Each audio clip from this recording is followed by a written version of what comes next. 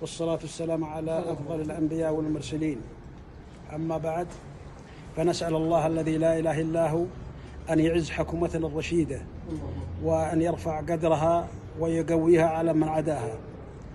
فالشكر لهم الذي حكموا فينا شرع الله في هذه الأمور. كذلك أشكر أمير منطقة عسير الذي يحثنا على عمل الخير والإصلاح، فنسأل الله له التوفيق.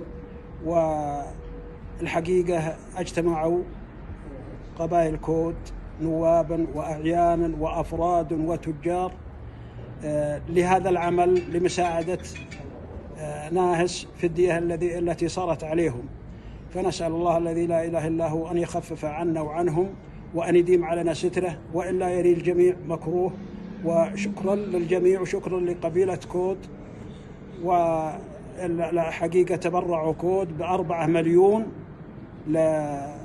لمساعدة ومساندة في الدية اللي لحقت ناهس.